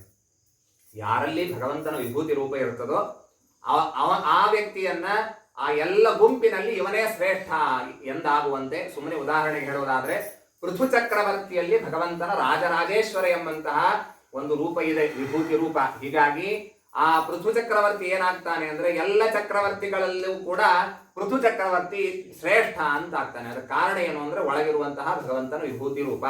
ಇನ್ನೂ ಅನೇಕ ವಿಷಯ ಇದೆ. ಹೀಗಾಗಿ ಅಲ್ಲೆಲ್ಲ ಬೇರೆ ಬೇರೆ ಜಡಗಳಲ್ಲೂ ಭಗವಂತನ ವಿಭೂತಿ ರೂಪ ಇದೆ, ಚೇತನರಲ್ಲೂ ಭಗವಂತನ ವಿಭೂತಿ ರೂಪಗಳಿದೆ ಅಂತನ್ನೋದನ್ನ ವಿಶೇಷವಾಗಿ ಕೃಷ್ಣ ಪರಮಾತ್ಮ ತಿಳಿಸಿಕೊಟ್ಟಿದ್ದಾನೆ. ವನಮೇವ ಬಸೇಚ್ಛಾಂತಃ ತೃತೀಯಂ ಭಾಗಮಾಯುಷಃ. ಬ್ರಹ್ಮಚರ್ಯ, ಆಮೇಲೆ ಗೃಹಸ್ಥಾಶ್ರಮ, ವಾನಪ್ರಸ್ಥ, ಆಯುಷ್ಯದ 3ನೇ ಭಾಗ ಅರ್ಧ ಮುಗಿದಾದ ಮೇಲೆ ಏನಿರ್ತದೆ 50 ವರ್ಷ ಆದ ಮೇಲೆ ವಾನಪ್ರಸ್ಥಾಶ್ರಮವನ್ನ ಸ್ವೀಕಾರ ಮಾಡಿ ವನದಲ್ಲೇ ತಾವು ವಾಸವನ್ನು ಮಾಡಬೇಕು ಇತ್ಯಾದಿಯಾಗಿ ತಿಳಿಸಿಕೊಟ್ಟಿದ್ದಾರೆ. ಅಲ್ಲಿ ಮಾಡಬೇಕಾದಂತಹ ಕಾರ್ಯಗಳು ಇದನ್ನೆಲ್ಲ ಹೇಳಿದ್ದಾರೆ. ದೃಷ್ಟಿಪೂತಂ ನ್ಯಸೇತ್ಪಾದಂ, ವಸ್ತಪೂತಂ ಪಿಬೇಜ್ಜಲಂ, ಸತ್ಯಪೂತಂ ವದೇದ್ವಾಕ್ಯಂ, ಮನಃಪೂತಂ ಸಮಾಚರೇತ್. ಕಾಲಿಡುವಾಗ ದೃಷ್ಟಿಯನ್ನ ಅಲ್ಲೇ ಇಟ್ಟಿರ್ಬೇಕಂತ. ಕಾಲಿನಲ್ಲಿ ಏನು ಬಂದಿದೆ, ದಾರ ಇದೆಯೋ ಬಿಟ್ಟಿದೆಯೋ, ಮಡಿಲಿದ್ದವ್ರಿಗೆ ಇದೆಲ್ಲ ಬಹಳ ಲಕ್ಷ್ಯ ಇರಬೇಕಾಗ್ತದೆ. ಅಲ್ಲಿ ಕಾಲಿಡಬೇಕೋ ಬೇಡೋ ಅಂತ ಅನ್ನೋದು ನೋಡಿ ಕಾಲಿಡಬೇಕಂತೆ. ದೃಷ್ಟಿಪೂತಂ ನ್ಯಸೇತ್ಪಾದಂ, ವಸ್ತಪೂತಂ ಪಿಬೇಜ್ಜಲಂ. ನೀರು ಕುಡಿಯುವಾಗ ಏನ್ ವಸ್ತು ಹಾಕೊಂಡಿದ್ದಾನೆ ನೋಡ್ಬೇಕಂತ. ಇದು ಯಾರನ್ನು ಮುಟ್ಟಬಾರ್ದು, ಅವರನ್ನು ಮುಟ್ಟಿ ಬಂದ ವಸ್ತ್ರವೋ ಅಥವಾ ಒಳ್ಳೆ ಒಣ ಹಾಕಿದ್ದು ನಾನು ಶುದ್ಧವಾಗಿ ಉಟ್ಟುಕೊಂಡದ್ದು ಅದನ್ನ ನೋಡಿ ನೀರು ಕುಡಿಬೇಕು. ಆಮೇಲೆ ಮಾತನಾಡುವಾಗ ಸತ್ಯ ಮಾತನಾಡ್ತಾ ಇದ್ದೀನೋ ಏನೋ ಬಾಯಿ ಬಂದದ್ದು ಮಾತಾಡ್ತಾ ಇದ್ದೀನೋ ಅಂತ ಅನ್ನೋದನ್ನು ನೆನಪಿಡಬೇಕು. ಮನಃಪೂತಂ ಸಮಾಚರೇತ್. ಇನ್ನು ಆಚರಣೆ ಮಾಡುವಾಗ ತನ್ನ ಮನಸ್ಸಿಗೆ ಬಹಳ ಆನಂದ ಅನಿಸ್ಬೇಕು ನೋಡ್ರಿ. ಮಾಡಿದ ಕೆಲಸ ಮಾಡಿದ್ದಾದ ಮೇಲೆ ಯಾಕಾದ್ರೂ ಇಷ್ಟೊತ್ತು ನಾನು ಮೊಬೈಲ್ ಹಿಡ್ಕೊಂಡು ಕೂತಿದ್ದೆ ಅಂತ ಅನಿಸ್ಬಾರ್ದು. ಈ ದೇವರ ಆರಾಧನೆ ಮಾಡಿದ ಮೇಲೆ 1-2 ತಾಸು ಬಹಳ ಅದ್ಭುತವಾಗಿ ದೇವರ ಆರಾಧನೆ ಮಾಡಿದ್ವಿ, ಅಥವಾ ಸತ್ಯಾತ್ಮರ ಉಪನ್ಯಾಸ ಕೇಳಿದ್ವಿ, ಕೇಳುವಾಗಲೂ ಆನಂದ ಇರ್ತದೆ. ಮುಗಿದಾದ ಮೇಲೂ ಎಂಥ ಅದ್ಭುತ ಆಯ್ತಪ್ಪ, ಇವತ್ತು ಮಂಗಲ ಆಯಿತು ಅಂತ ಅನಿಸ್ತದೆ. ಅಂಥ ಕಾರ್ಯಗಳನ್ನ ನಾವು ಮಾಡಬೇಕು. ಅದಾದ ಮೇಲೆ ಇನ್ನೂ ನಾನಾ ವಿಧವಾದಂತಹ ಗುಣಗಳನ್ನ ಹೇಳಿದ್ದಾರೆ. ಯೋಗಶಾಸ್ತ್ರ ಅದರ ಬಗ್ಗೆ ಎಲ್ಲ ವಿಶೇಷವಾಗಿ ಹೇಳಿದ್ದಾರೆ. ಏತಾಂ ಮತ್ಕಥಾಂ ಹಿತ್ವಾ ಭಕ್ತಿ ಜ್ಞಾನ ಕ್ರಿಯಾತ್ಮಿಕಾಂ ಕ್ಷುದ್ರಾನ್ ಕಾಮಾನ್ ಖಲೈ ಪ್ರಾಣೈಹಿ ದುಷಂತಃ ಸಂಸರಂತಿದೆ. ಯಾರು ನನ್ನ ಕಥೆಗಳನ್ನು ಬಿಟ್ಬಿಟ್ಟು ಬೇರೆ ಬೇರೆ ವಿಷಯಗಳಲ್ಲೇ ತೊಡಗುತ್ತಾರೋ ಅವರು ಇದೇ ಸಂಸಾರದಲ್ಲಿ ಉಳಿದು ಬಿಡ್ತಾರೆ ಅಂತ ಇತ್ಯಾದಿಯಾಗಿ ಮಾತುಗಳನ್ನ ಉದ್ಧವನಿಗೆ ಹೇಳಿದ್ದಾನೆ. ಉದ್ಧವ ಕೃಷ್ಣನನ್ನ ಬಿಟ್ಟು ಹೋಗಲಾರ, ಆದ್ರೆ ಅನಿವಾರ್ಯ ಅಂತ ಅನ್ನೋದಕ್ಕಾಗಿ ಹೊರಟಿದ್ದಾನೆ. ಹೋಗುವಾಗ ಅವನ ಕಣ್ಣಿನಲ್ಲಿ ನೀರಿದೆ, ಹೋಗ್ಲಿಕ್ಕೆ ಆಗ್ತಾ ಇಲ್ಲ. ಪರಮಾತ್ಮನಿಗೆ ಪ್ರದಕ್ಷಿಣೆಯನ್ನು ಹಾಕಿ ಅವನ ಏನು ಪಾದುಕೆಗಳಿತ್ತೋ ಅದನ್ನ ತಲೆ ಮೇಲೆ ಇಟ್ಟುಕೊಂಡು ತಾನು ಆ ಕಲಾಪ ಗ್ರಾಮಕ್ಕೆ ಹೊರಟು ಹೋಗ್ತಾನೆ ಅಂತನ್ನುವಂತಹ ಕಥೆಯನ್ನ ತಿಳಿಸಿಕೊಟ್ಟಿದ್ದಾರೆ. ಆಮೇಲೆ ಭಿಕ್ಷು ಗೀತೆ ಬರ್ತದೆ. ಭಿಕ್ಷು ಆ ಪರಮಾತ್ಮನ ಮಹಿಮೆಯನ್ನು ಹೇಳಿದ್ದನ್ನೆಲ್ಲ ವಿಶೇಷವಾಗಿ ತಿಳಿಸಿಕೊಟ್ಟಿದ್ದಾರೆ. ಆಮೇಲೆ ಭಗವದ್ ಅವತಾರಗಳನ್ನು ಹೇಗೆ ಕಂಡು ಹಿಡಿಬೇಕು ಇತ್ಯಾದಿ ಮಾತುಗಳನ್ನು ವಿಶೇಷವಾಗಿ ತಿಳಿಸಿಕೊಟ್ಟಿದ್ದಾರೆ. ಆಮೇಲೆ ಹಂತ್ಯತೆ ವರ್ಣಯಿಷ್ಯಾಮಿ ಮಮ ಧರ್ಮಾನ್ ಸುಮಂಗಲಾನ್. ಅತ್ಯಂತ ಮಂಗಲಕರವಾದಂತಹ ನನ್ನ ಧರ್ಮಗಳನ್ನ ನಿನಗೆ ಹೇಳುತ್ತೇನೆ ಅಂತನ್ನುವಂತಹದ್ದನ್ನು ಉಪದೇಶ ಮಾಡಿದ್ದಾನೆ. ಏತೆ ಘೋರ ಮಹೋತ್ಪಾತಾಃ ದ್ವಾರವತ್ಯಾಂ ನಾಶಹೇತವಃ. ಆಮೇಲೆ ದ್ವಾರಾವತಿಯಲ್ಲಿ ಮಹೋತ್ಪಾತಗಳಾಗ್ತಾ ಇದೆ, ಅಪಶಕುನಗಳಾಗ್ತಾ ಇದೆ. ಅದನ್ನು ಕಂಡು ಪರಮಾತ್ಮ ಹೇಳ್ತಾನೆ, ವಯಂ ಪ್ರಭಾಸಂ ಯಾಸ್ಯಾಮೋ. ಪ್ರಭಾಸ ಕ್ಷೇತ್ರಕ್ಕೆ ನಾವು ಹೋಗೋಣ ಅಂತ ಪರಮಾತ್ಮ ಹೇಳಿ ಎಲ್ಲರನ್ನ ಪ್ರಭಾಸ ಕ್ಷೇತ್ರಕ್ಕೆ ಕರೆದುಕೊಂಡು ಹೋಗಿದ್ದಾನೆ. ಪ್ರಭಾಸ ಕ್ಷೇತ್ರ ಇವತ್ತಿನ ಏನು ರುದ್ರದೇವರ ದೇವಾಲಯ ಇದೆಯಲ್ಲ, ಅದು ಏನು ಗುಜರಾತಿನಲ್ಲಿ ಇದೆಯಲ್ಲ, ಸೋಮನಾಥ್, ಆ ಕ್ಷೇತ್ರಕ್ಕೆ ಪರಮಾತ್ಮ ಕರ್ಕೊಂಡು ಹೋಗಿದ್ದಾನೆ. ಅಲ್ಲಿ ಪರಸ್ಪರವಾಗಿ ಎಲ್ಲರೂ ಆರಾಮಾಗಿದ್ದಾರೆ. ಮೈರಯ್ಯ ಮತ್ತ ಅನ್ಯೋನ್ಯಂ ಸುರಾಪಾನವನ್ನು ಮಾಡಿದ್ದಾರೆ. ಎಂದು ಮಾಡುವವರಲ್ಲ, ಸುರಾಪಾನ ಮಾಡಿದರು. ಏನೋ ಜಗಳ ಪ್ರಾರಂಭ ಆಯಿತು, ಬಾಯಿಗೆ ಬಾಯಿ ಜಗಳ ಪ್ರಾರಂಭ ಆಗಿದ್ದು ಕೈ ಹತ್ತಿತು. ಅದಾದ್ಮೇಲೆ ಏನಾಯ್ತು ಅಂದ್ರೆ ಅದೇ ಸಮುದ್ರದ ದಂಡೆಯಲ್ಲಿ ಆ ಋಷಿಗಳೇನು ಶಾಪ ಕೊಟ್ಟಿದ್ರಲ್ಲ, ಆ ಒನಕೆ ಏನು ಬಂದಿತ್ತು, ಒನಕೆ ಪುಡಿಗಳೇನೆ ಇಲ್ಲಿ ಅದು ದರ್ಭವಾಗಿ ಎದ್ದು ನಿಂತಿತ್ತು. ಆ ದರ್ಭವನ್ನು ಒಬ್ಬ ಕೈಗೆ ತಗೊಂಡ ಅದರಿಂದ ಹೊಡೆದ್ರೆ, ಖಡ್ಗದಿಂದ ಹೊಡೆದ್ರೆ ಏನು ಪ್ರಭಾವ ಆಗಬೇಕು ಹಾಗಾಗಿದೆ. ಕುತ್ತಿಗೆ ಕತ್ತರಿಸಿ ಹೋಗಿದೆ. ಎಲ್ಲರೂ ಒಂದೊಂದು ದರ್ಭ ತೆಗೆದುಕೊಂಡ್ರು, ಪರಸ್ಪರವಾಗಿ ಹೊಡೆದುಕೊಂಡು ಎಲ್ಲರೂ ಸತ್ತೋಗಿದ್ದಾರೆ. ಇತ್ತ ಬಲರಾಮ ದೇವರು ರಾಮ ಸಮುದ್ರ ವೇಲಾಯಾಮ್ ಯೋಗ ಧಾರಣೆಯನ್ನು ಮಾಡಿಕೊಂಡು ಅವರ ದೇಹವನ್ನು ಬಿಡ್ತಾ ಇದ್ದಾರೆ. ಆಮೇಲೆ ಕೃಷ್ಣ ಪರಮಾತ್ಮ ಪಿಪ್ಪಲ ವೃಕ್ಷದ ಕೆಳಗೆ ಕುಳಿತಿದ್ದಾನೆ. ಅಲ್ಲಿ ಜರಾನಾಮಕನಾದಂತಹ ವ್ಯಾಧ ಮೃಗಾಕಾರಂ ತಚ್ಚರಣಂ, ಇದೊಂದು ಮೃಗ ಎಂಬುದಾಗಿ ತಿಳಿದು ಬಾಣವನ್ನು ಬಿಟ್ಟಿದ್ದಾನೆ. ನೋಡಿದ್ರೆ ಹತ್ತಿರ ಬಂದು ನೋಡಿದ್ರೆ ಕೃಷ್ಣ ಪರಮಾತ್ಮ ಇದ್ದಾನೆ. ಅವನ ಅಂಗಾಲು ಕೆಂಪಾಗಿತ್ತು, ಹೀಗಾಗಿ ಅದು ಮೃಗ ಅಂತ ತಿಳಿದು ಹೊಡೆದಿದ್ದಾನೆ. ಹತ್ತಿರ ಬಂದ, ನನ್ನ ರಕ್ಷಣೆ ಮಾಡು, ಕ್ಷಮೆ ಮಾಡು ಅಂತ ಕೇಳಿದ್ದಾನೆ. ಯಾ ಹಿತ್ತಂ ಮದನುಜ್ಞಾತಃ ಸ್ವರ್ಗಂ ಸುಕೃತ್ಯನಾಂ ಪದಂ, ನಿನಗೇನು ಆಗೋದಿಲ್ಲ, ಸ್ವರ್ಗಕ್ಕೆ ಹೋಗ್ತೀನಿ, ನೀನು ಚಿಂತೆ ಮಾಡಬೇಡ ಅಂತ ಈ ರೀತಿಯಾಗಿ ಹೇಳಿದ್ದಾನೆ. ದಾರುಕನಿಗೆ ಕರೆದು ಹೇಳ್ತಾನೆ, ಹೋಗಿ ಅರ್ಜುನನಿಗೆ ಹೇಳಬೇಕು, ಹೀಗೆ ಕೃಷ್ಣ ಪರಂಧಾಮಕ್ಕೆ ಹೊರಟು ಹೋಗಿದ್ದಾನೆ ಅಂತ ಹೇಳು ಅಂತ. ಆಮೇಲೆ ದ್ವಾರಾವತಿಯನ್ನೆಲ್ಲ ಖಾಲಿ ಮಾಡಬೇಕು. ಇವತ್ತಿನಿಂದ 7ನೇ ದಿವಸಕ್ಕೆ ದ್ವಾರಾವತಿ ಮುಳುಗಿ ಹೋಗ್ತದೆ. ನನ್ನ ಮನೆ ಇದ್ದ ಭಾಗ ಮಾತ್ರ ಬಿಟ್ಟು ಉಳಿದೆಲ್ಲ ಸಮುದ್ರದ ಒಳಗೆ ಸೇರ್ತದೆ ಅಂತ ಈ ರೀತಿಯಾಗಿ ಹೇಳಿ ಕಳಿಸಿದ್ದಾನೆ. ದ್ರಷ್ಟು ಕಾಮ ಭಗವತೋ ನಿರ್ಯಾಣಂ ಪರಮೋತ್ಸುಕಾಹ, ದೇವತೆಗಳೆಲ್ಲ ಆಕಾಶ ಮಾರ್ಗದಲ್ಲಿ ಬಂದು ನಿಂತಿದ್ದಾರೆ. ಪರಮಾತ್ಮನ ಈ ಪರಂಧಾಮಕ್ಕೆ ತೆರಳುವಂತಹ ಒಂದೇನು ಪ್ರಸಂಗ ಇದೆ ಅದನ್ನು ನೋಡಬೇಕು ಅಂತ ಎಲ್ಲರೂ ಬಂದು ನಿಂತಿದ್ದಾರೆ. ಸಂಯುಜ್ಯಾತ್ಮನಿ ಜಾತ್ಮಾನಂ ಪದ್ಮನಾಭೇ ಪದ್ಮನೇತ್ರೆ ನ್ಯಮೀಲಯತ, ಪರಮಾತ್ಮ ತನ್ನ ಮೂಲ ರೂಪಕ್ಕೆ ಹೋಗಿ ಸೇರಿಕೊಂಡಿದ್ದಾನೆ. ಕಣ್ಣನ್ನು ಮುಚ್ಚಿದ್ದಾನೆ. ಅಲ್ಲೇ ಒಂದು ಕೃತ್ರಿಮವಾದಂತಹ ದೇಹವನ್ನು ಪರಮಾತ್ಮ ಬಿಟ್ಟು ಹೋಗಿದ್ದಾನೆ. ದೇವರಿಗೆ ಎಂದೆಂದಿಗೂ ಕೂಡ ಜಡವಾದಂತಹ ಪ್ರಾಕೃತ ದೇಹ ಎಂದಿಗೂ ಇಲ್ಲ. ಶ್ರೀಮದಾಚಾರ್ಯರು ಅನೇಕ ಗ್ರಂಥಗಳಲ್ಲಿ ಹೇಳುವಾಗ ದೇವರಿಗೆ ಪ್ರಾಕೃತ ದೇಹ ಇದೆ ಅಂತ ತಿಳಿದ್ರೆ ಅದೊಂದು ಪಾಪ ಅಂತ ಹೇಳಿದ್ದಾರೆ. ಸಚ್ಚಿದಾನಂದನಾತ್ಮಕನಾದಂತಹ ಪರಮಾತ್ಮ ಒಂದು ಜಡದೇಹದ ನಿರ್ಮಾಣವನ್ನ ಮಾಡಿ ತನ್ನ ಮೂಲ ರೂಪವನ್ನು ಸೇರಿಕೊಂಡಿದ್ದಾನೆ. ಸೌದಾಮಿನ್ಯ ಯಥಾಕಾಶೆ ಯಾಂತ್ಯಾಭಿತ್ವಾ ಭ್ರಮಂಡಲಂ, ಯಾವ ರೀತಿಯಾಗಿ ಮಿಂಚು ಆ ಮೋಡಗಳ ಗುಂಪಿನೊಳಗೆ ಮಧ್ಯದಲ್ಲಿ ಬರ್ತದೋ ಹಾಗೆ ಆ ಪರಮಾತ್ಮನ ಗತಿ ಗೊತ್ತಾಗೋದಿಲ್ಲ. ಆ ರೀತಿಯಾಗಿ ಪರಮಾತ್ಮ ಹೋಗಿದ್ದಾನೆ ಅಂತ ಹೇಳ್ತಾರೆ. ಹೀಗೆ ಈ ಯಾದವರ ಉಪಸಂಹಾರವನ್ನು ಮಾಡಿ ಕೃಷ್ಣ ಪರಮಾತ್ಮ ಈ ಭೂಮಿಯಲ್ಲಿ ಧರ್ಮದ ಸ್ಥಾಪನೆಯನ್ನ ಮಾಡಿ ತನ್ನ ಅವತಾರ ಕಾರ್ಯವನ್ನ ಮುಗಿಸಿದ್ದಾನೆ. ನಿತ್ಯಂ ಸನ್ನಿಹಿತಸ್ತತ್ತ ಭಗವಾನ್ ಮಧುಸೂದನ ಸ್ಮೃತ್ಯಾ ಶೇಷ ಶುಭಹರಃ ಸರ್ವಮಂಗಲ ಮಂಗಲ. ಪರಮಾತ್ಮ ಈ ತನ್ನ ದ್ವಾರಾವತಿಯಲ್ಲಿ ಏನಿದೆ ನಿತ್ಯದಲ್ಲೂ ಸನ್ನಿಹಿತನಾಗಿದ್ದಾನೆ. ದ್ವಾರಕಾಕ್ಕೆ ಹೋಗುವಂತಹ ಪ್ರಸಂಗ ಬರ್ತದೆ, ತೀರ್ಥಯಾತ್ರೆಗೆ ಅಂತ ಹೋಗಿರ್ತೀವಿ, ಆಗ ಅವಶ್ಯವಾಗಿ ಇದನ್ನು ನಾವು ನೆನಪಿಡಬೇಕು. ಇಲ್ಲಿ ನಿತ್ಯವಾಗಿ ಪರಮಾತ್ಮನ ಸನ್ನಿಧಾನ ಇದೆ.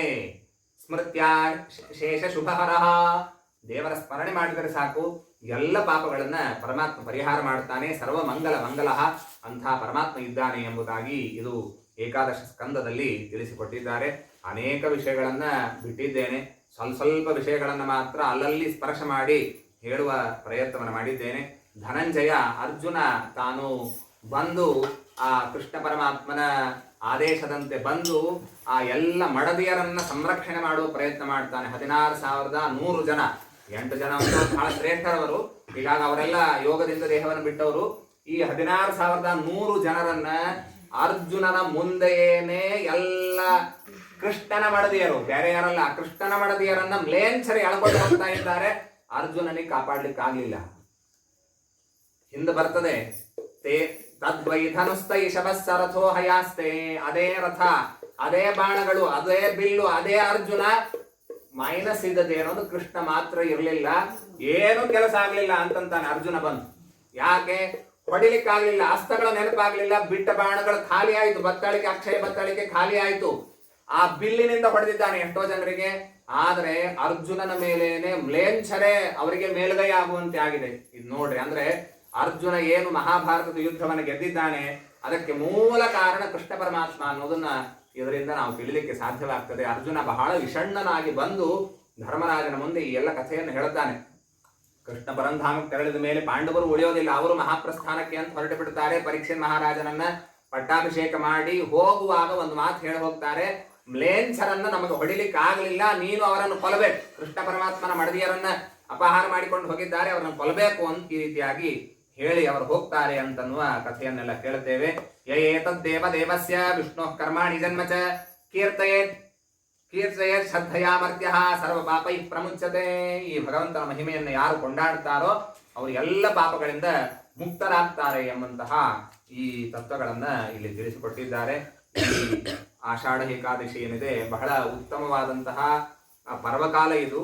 ಪ್ರತಿ ದಿವಸ ಭಾಗವತವನ್ನು ಕೇಳಬೇಕು. ವಿಶೇಷವಾಗಿ ಇಂಥ ದಿವಸಗಳಲ್ಲಿ ಅವಶ್ಯವಾಗಿ ಕೇಳಲೇಬೇಕು. ನಮ್ಮ ಪಂಡಿತರಾದಂತಹ ಭೀಮಸೇನಾಚಾರ್ಯರು ಇದೊಂದು ನೋಡ್ತಾ ಇದ್ರೆ ಋಷಿಮುನಿಗಳ ಆಶ್ರಮ ನೆನಪಾದಂಗ ಆಗ್ತದೆ. ಎಲ್ಲ ಊರು ಬಿಟ್ಟು ಬಹಳ ದೂರವಾಗಿರುವಂತಹದ್ದು.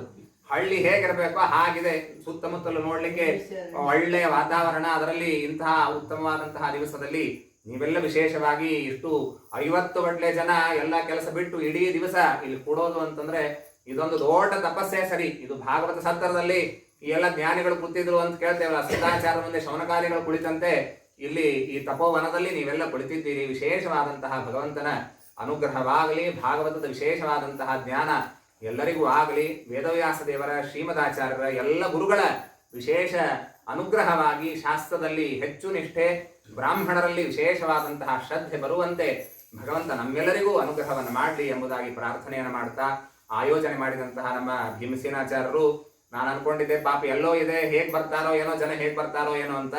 ಅವರು ವಿಶೇಷವಾದಂತಹ ಈ ಪ್ರಾಯಶಃ 25 ವರ್ಷಕ್ಕೂ ಹೆಚ್ಚು ಅವರು ಈ ಜನರ ಸಂಪರ್ಕದಲ್ಲಿದ್ದು ಅವರಿಗೆ ಧರ್ಮೋಪದೇಶವನ್ನು ಮಾಡ್ತಾ ಪಾಠವನ್ನು ಹೇಳ್ತಾ ಇದ್ದಾರೆ.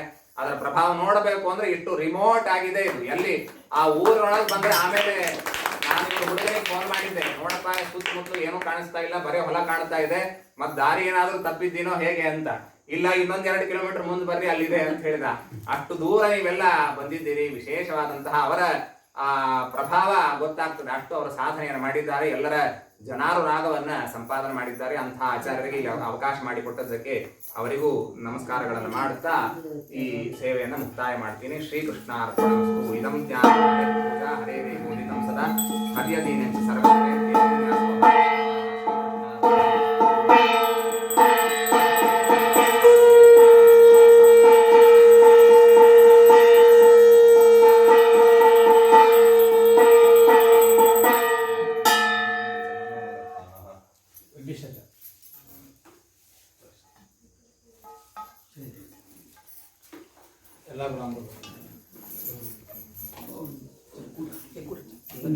ಪುಷ್ಕರಾಚಾರ್ಯ ಅವರಿಗೆ ನಮ್ಮ ಟ್ರಸ್ಟ್ ಮೂಲಕ ಧನ್ಯವಾದಗಳನ್ನು ಹೇಳ್ತಾರೆ. ಕೊನೆಯ ಹಾಗೂ ದ್ವಾದಶ ಸ್ಕಂದ ನಮ್ಮ ಡಾಕ್ಟರ್ ಭೀಮಸೇನಾಚಾರ್ಯ ಬಳಿಗೆ ಅವರಿಗೆ